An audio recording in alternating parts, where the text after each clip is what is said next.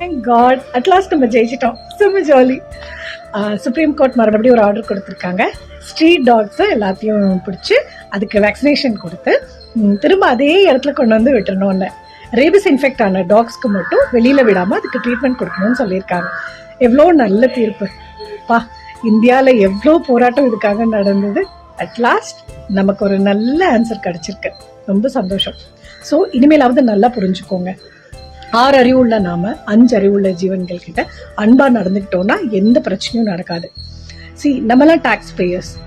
Government வந்து water facilities, electricity, health and protection இது அவங்க நமக்கு கொடுக்கணும். அது அவங்களோட கடமை. ஸோ 2021 வந்த ஏபிசி ஆக்ட் படி அனிமல்ஸ்க்கு பர்த் கண்ட்ரோல் பண்ணி ஸ்டெரிலைஸ் பண்ணாலே மேக்சிமம் இந்த பிரச்சனை வராது. ஸோ இனிமேல் ரேபிஸ் வந்துச்சுன்னா அது நாய்களோட பிரச்சனை இல்லை, நம்மளோட சிஸ்டத்தோட பிரச்சனை. அப்புறம் என்னோட தாழ்மையான வேண்டுகோள் என்னன்னா, முடிஞ்ச வரைக்கும் ஸ்ட்ரீட் டாக்ஸை அடாப்ட் பண்ணி வளங்க. அதை விட நம்ம வீடை பெஸ்ட்டாக பார்த்துக்கிறதுக்கு யாராலையும் முடியாதுங்க. நான் 5 ஸ்ட்ரீட் டாக்ஸை அடாப்ட் பண்ணி வளர்த்துட்ருக்கேன். என்னோட பர்சனல் எக்ஸ்பீரியன்ஸில் சொல்கிறேன்.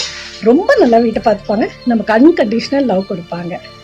Thank God. இனிமேல் நம்ம தோழர்களோட நம்ம ஹாப்பியாக வாழ போகிறோம்.